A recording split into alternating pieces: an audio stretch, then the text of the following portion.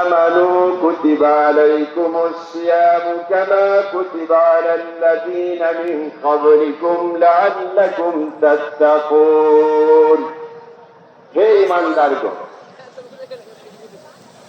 আল্লাহ পাক মুমিনদেরকে কোরআনে কারীমের 89টি জায়গায় এই পরিভাষায় তিনি সম্বোধন করেছেন।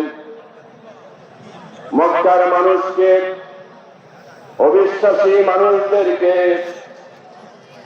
অন্যান্য সম্প্রদায়ের লোকদেরকে দলমত বর্ণ নির্বিশেষে কুল ইয়া আইয়ুহান নাস বলে সম্বোধন করা হয়েছে।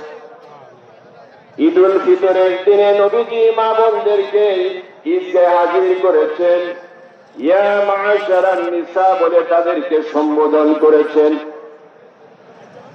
ইয়া মা'শারাশ শাবাব, ইয়া আইয়ুহাশ শাবাব বলে যুবকদেরকে সম্বোধন করেছেন।